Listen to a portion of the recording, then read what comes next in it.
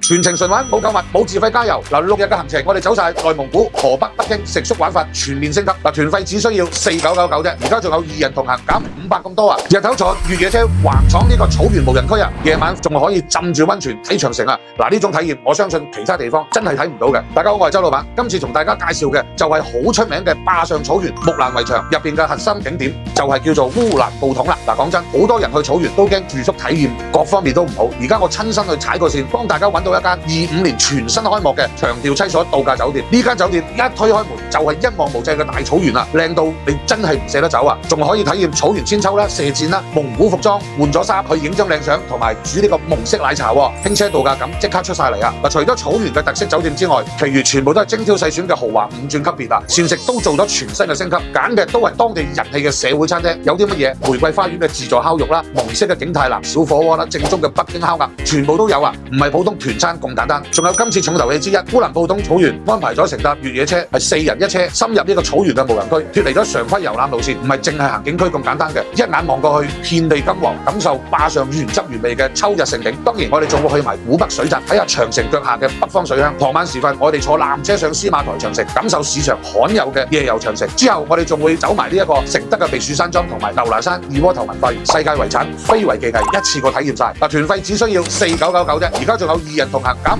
500咁多啊！你冇聽錯，係減500啊！嗱，名額有限，先到先得。想報團打我哋嘅電話熱線26501628，當然可以去我哋各大分行門市報名啦。多謝晒。